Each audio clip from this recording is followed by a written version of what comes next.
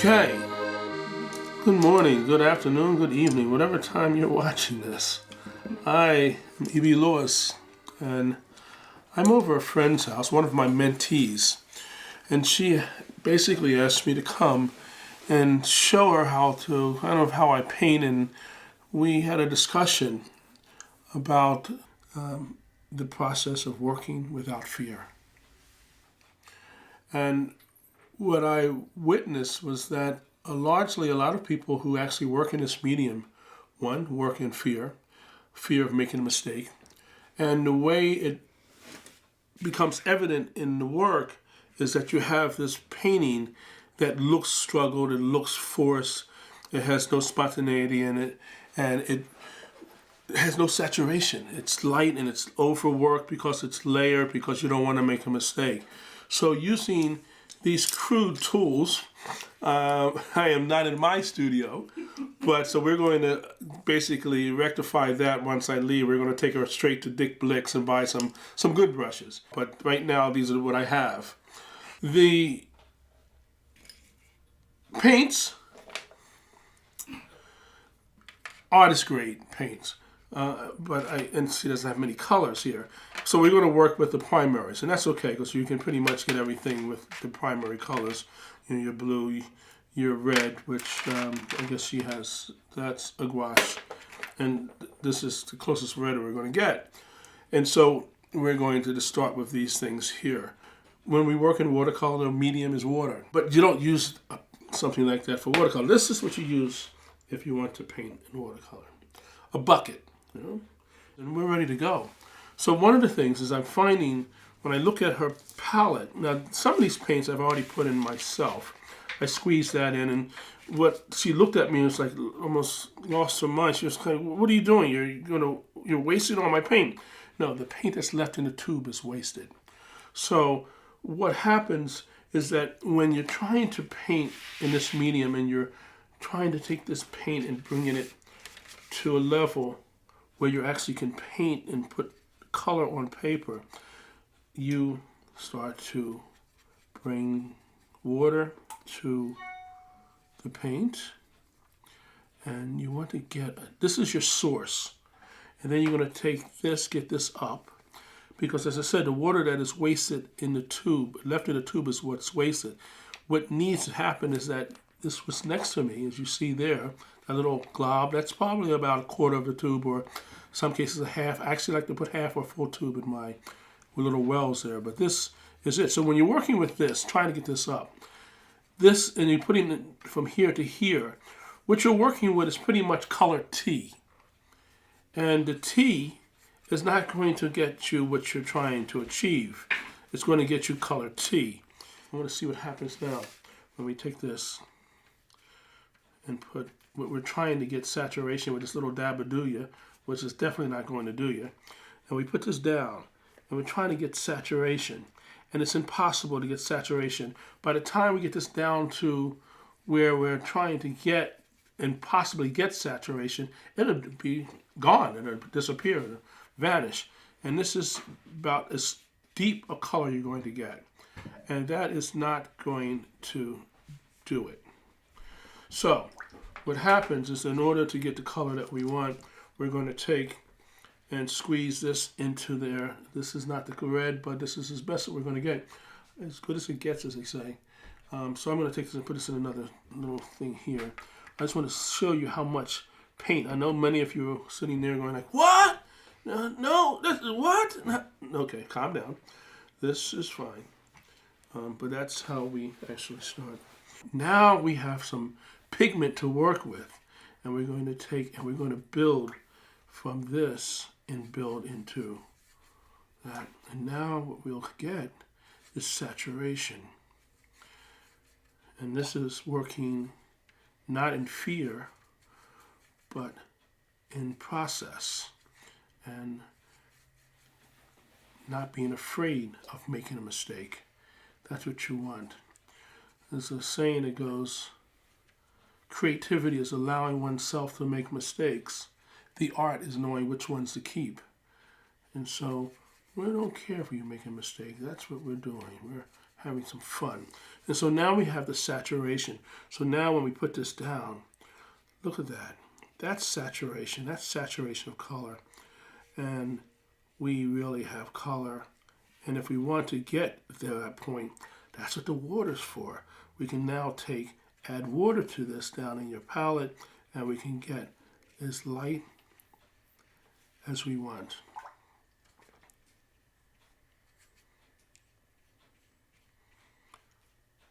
And there we go. And so I can go all the way down to water, to clear, but we can go from saturation right on down. And that's really where we want. This is what we want right there. And so now, what I'm going to do is to show how this actually works in reality.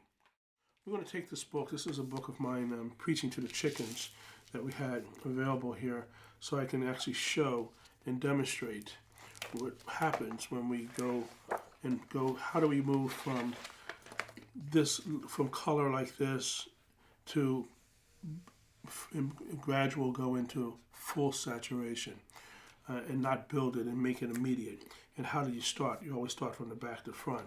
So this is what we're going to do. We're going to do this with these three colors, and see if we can make that happen with these three colors and make this painting happen. I know you're going to want to see this magic with these little paints, and I want to see this magic too.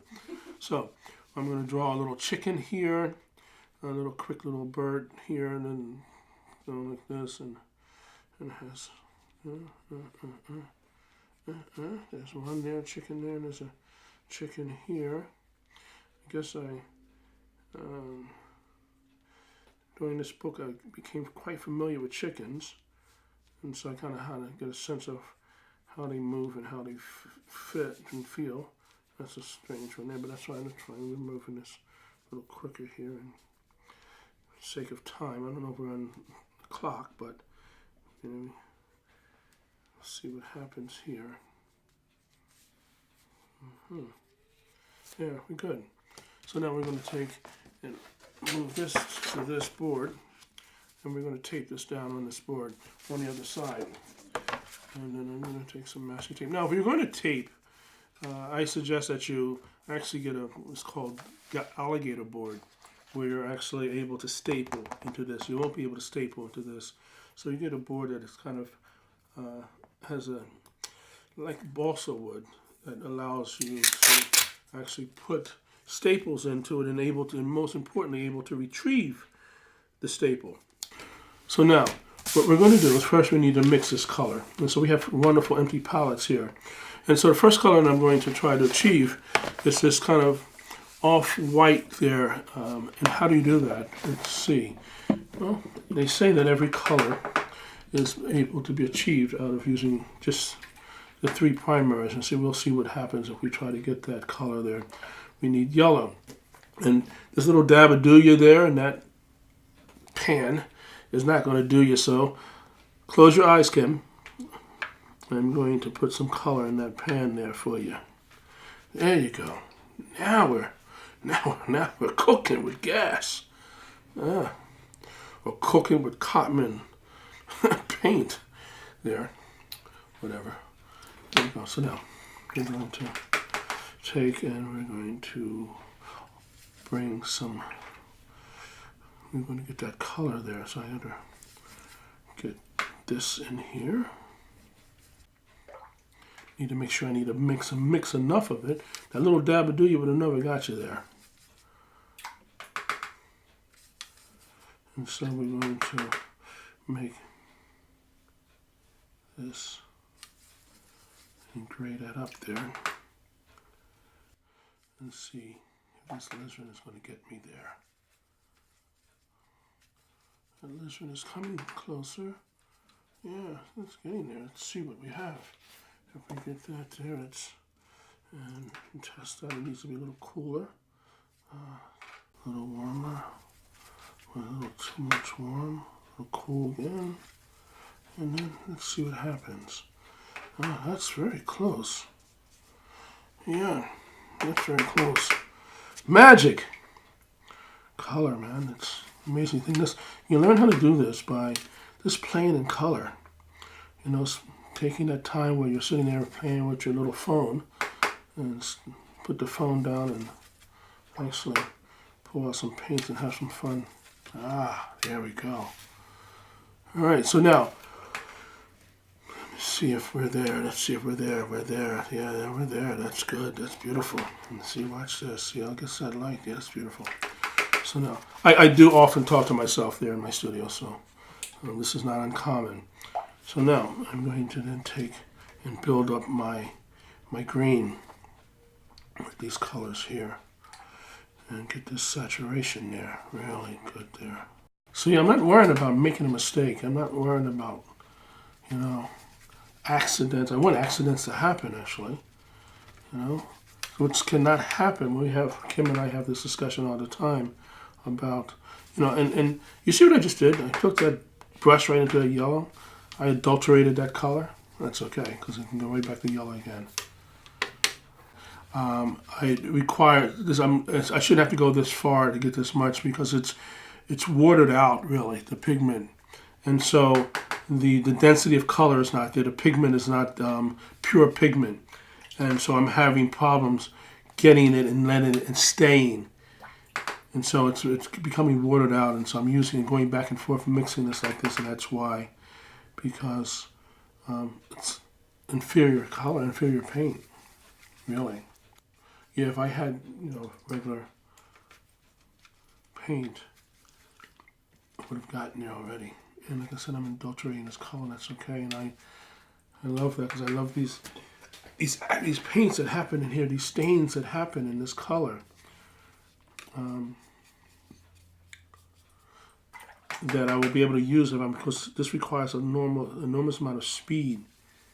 Okay, let's see. Let's see what we have here. That's pretty much as dark as black as we're going to get. I'm going to see what happens if I add a little up here to make that a little blacker there and see.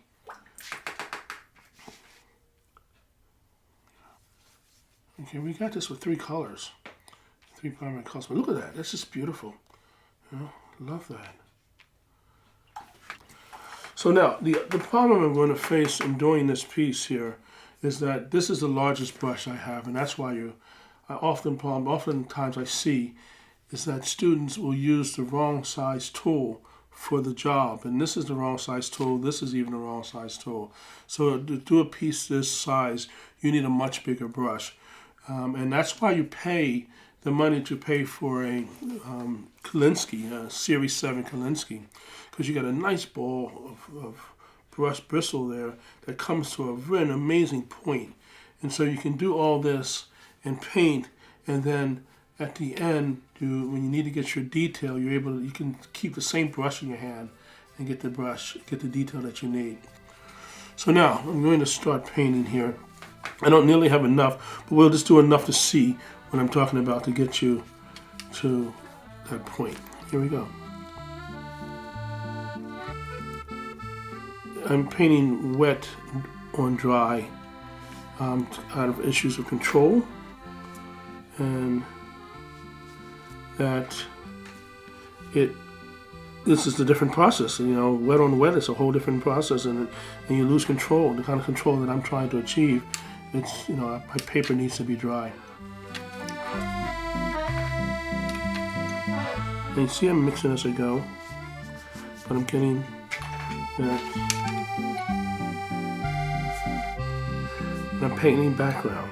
See, if I had the brush size, this would have been already, pretty much done in terms of the color, putting the color down. But it's fine.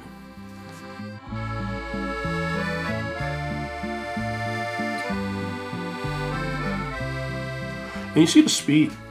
The speed is essential. And you're not worried about that. I'm not thinking about making a mistake. I'm thinking about just trying to achieve what's in my head. When I have an intention of where I'm going after, and that's what I'm going after. So I'm working towards that intention, and so I'm moving, very quickly to just get that down, get that information down. You see those little white spots there? Those little things. That's energy, man. That light, that little white areas there. They're just wonderful, and you just leave them alone. You know, some of this little shadow here. Get that little shadow.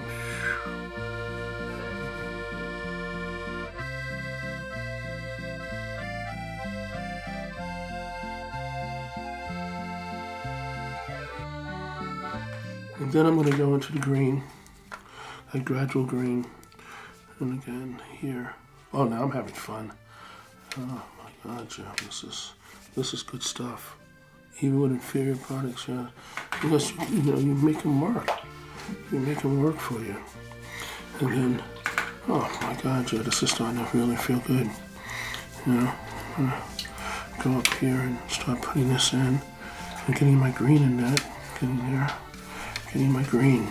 It's a dance now. It's a dance. And my saturation. So I'm going to get my saturation. This is how I'm getting my saturation. I'm going in and building this color. Boom. Adulterating the color. Because now this is how you change and get your darks. While the paint is still wet, you start dropping those darks in. Building that dark like this. You see, I'm using that little, I love that little white spot. I love that's energy. You know, that's just energy in there. Oh, yes, beautiful. Beautiful, beautiful, beautiful, beautiful. And somebody would go, I need a tissue. No. You need them tissues out your hand. You use your brush and you just pull your brush paint there. And just don't have a tissue in your hand. It's crazy. Bad habits, bad habits. Let dry. Okay, so now what's happening is I'm always looking at edges. So I love how this has a really wonderful organic edge. And my student just asked about, you know, drying. We're sitting here wanting it to dry. And should I go get the hair dryer? And I'm like, no hair dryer. Because I want divine intervention. You know, I want that element of what happens naturally to enter into my work, into the process. And so if I freeze it, that element of the natural quality and the natural nature of what happens in the temperature in the room, the moisture in the room, all those things come into play.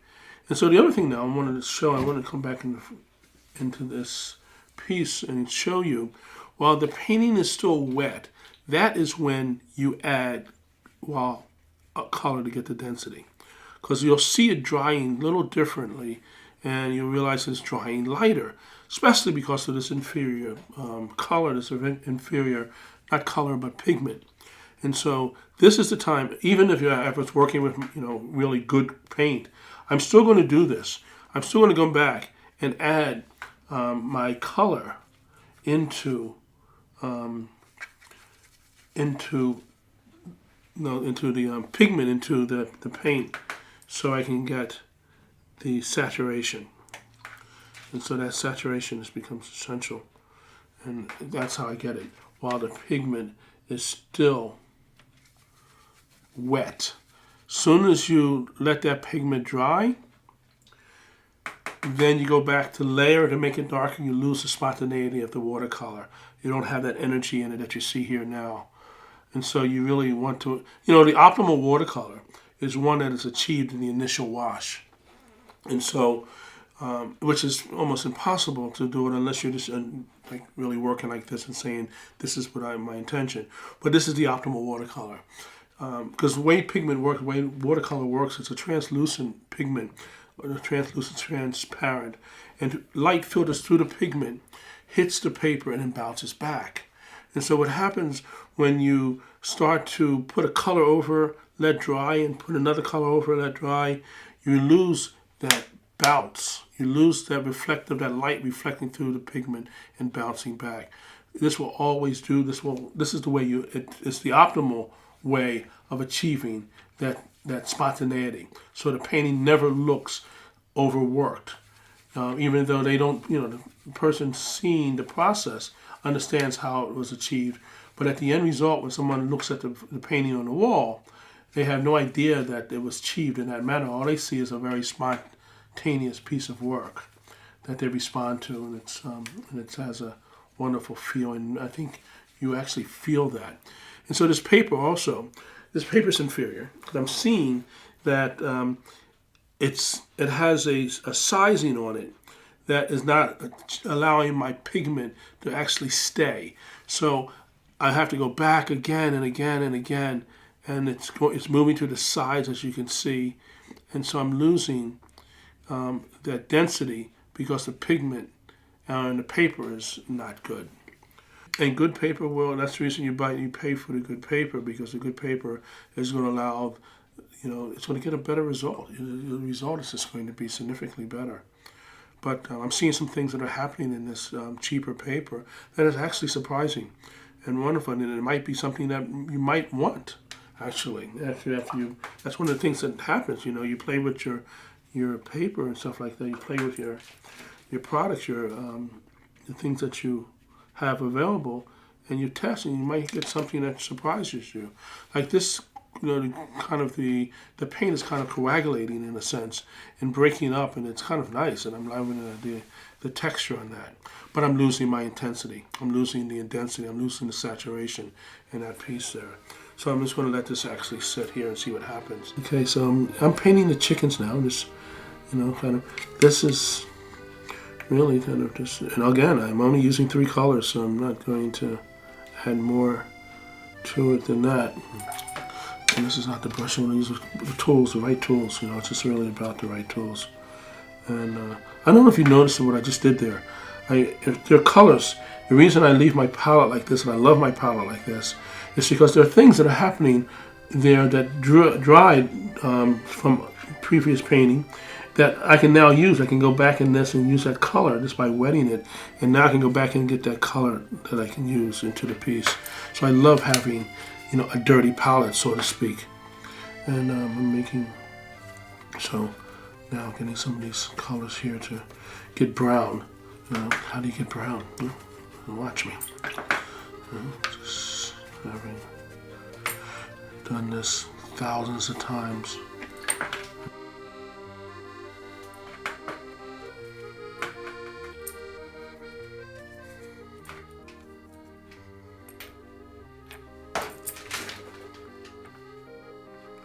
I just use my fingers. I didn't use a tissue to get that color, the water off the excess water. I use a tissue. I'm going to use my fingers. Fingers and just squeeze the color off. Because you don't want that tissue to mess up your brush. You want to keep your brushes a while. And that tissue is made out of napkins and made out of wood. This is wood pulp, and so it's not rag. And so it's going to eventually damage and destroy your brushes. So now the paper, we're talking about paper, and one of the things about my paper that I didn't mention was that you have your arches and your Fabriano, but then you have your different grades in terms of hot press and cold press. This is working on a cold press, your surface is smooth. This is hot press because it's pressed, it's hot, and so you have a smooth surface. And then your cold press has more texture, more concave, convex qualities to it. And then my weight of paper is also important. I use a 300-pound paper, so it's a heavier gauge paper, heavier weight. That really gives me some wonderful things that I can do. I can really push my color. This is going to be one of them.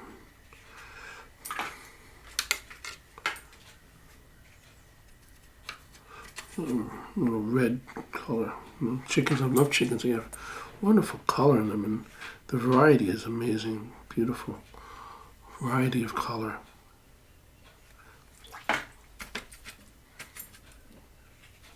Oh, look at that. See, that's an accident. That's something that happened that I didn't anticipate. So it's an accident. That's why they're called accidents. And when I show somebody who works in computer, they're like, I can make that happen. No, you can't. You can make that happen because you can copy that, but you can't make that happen because that happened as an accident. Give me a break. The intensity, for example, here you're starting to see this intensity, and I would have never gotten any of this here if we were still back here using that little dabaduya, and still adding water to it and trying to bring, it's just not going to happen. The only way you get to this point here is by putting that much pigment, not working in fear, and putting that much pigment, and actually not working in fear of waste, figuring that I'm going to, this color, I'm going to waste this color. I spent all this money for this tube of color, and it's going to be wasted because I poured it all in there. The color that's wasted is the color that's left in this tube. Because you leave it in here long enough, you won't be able to get it out, and it won't be able to be any good use to you at all. So that's what's wasted. That's what's wasted. This is not wasted. This is how your palette should look. So now, this is now starting to come, kind of what I'm trying to, my intention of what I had seen in my mind's eye, and then some of these things are just happening out of just what's going on, and so it's still wet. So as it's still wet, I'm going to still try to get this density because I can still do it. I'm watching. I never let the painting get out of my control, so I'm constantly watching this painting. Now this here is still damp. It's still wet enough that I can actually still. You'll watch me do this and get this color in here. Get this back to green. Now my yellow is totally adulterated here and totally pretty much all gone, but it's all right. I got more in the tube there that I can put back, and we're gonna buy more good paint anyway. And so this I can go back in. Still wet, so I can still bring this color in here and make this as dense as I want. I'm trying to get it as dense as I can possibly get it. And then I'm adding water to it and adding this and getting this color in here on this green. I want this green, I want this green, I want this green, green, green, green. There we go. Oh, that's beautiful. Oh yeah, that bleed down in here. Let that come in there. Oh, that's great, that's great, that's great, that's great. Oh man, that's beautiful. Oh yeah, yeah, yeah, yeah. Beautiful. Intensity, a little more this in here. Some more of this in here. There we go.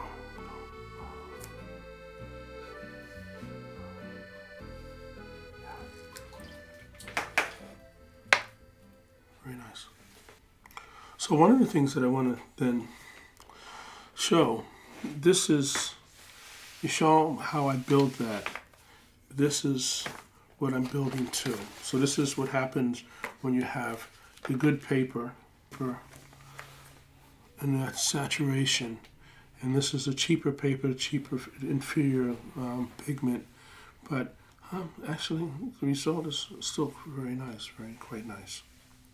Okay, so what I'm going to do now is just, I'm going back and then I'm just softening edges where I see they need to be softened. And I tickle them because it's just kind of going back and just doing that work that's necessary to, that little detail work, that for a close observation, when somebody's coming up close to see and observe, take care of the little details. And it's not too much detail as it is the little incidentals that you paid attention to. Like this, the pencil in that. I love the pencil in that, so I'm not going to remove that. And so when you put, I'm going to take, this is what you wait for. Is it's not totally dry, but we're going to take this off. You really get a sense to see what we've actually. And there we have it. That's it. And then we take this, and we can move this here. So this is what we have. That's, you've seen the how we went, the whole transition, the whole movement. And what's interesting here, what I'm looking at is that I love the fact that I worked, and I didn't work that way with this in the book, because I paint one way as an illustrator and paint another way as a painter, and so my freedom It's a little different when I paint as a painter as I do when I'm an illustrator. It's just different hats that I wear. So what happened here, all that wonderful color, those transitions of warms, those wonderful yellows and ochres that you're seeing that were mixed within this palette. Remember that this whole thing was done within this palette, this messy palette here. But you got all this clean color. That's all clean color. There's no mud nowhere in this whole piece. Which is, it's a testament to just the ability of going after it and not being afraid of making a mistake where we came into this. Just going and trying to put it down, having an intention, and letting it happen, and let it kind of basically reveal itself in front of you. And knowing when to stop, that's important, knowing when to stop. And so this is the process of working without fear.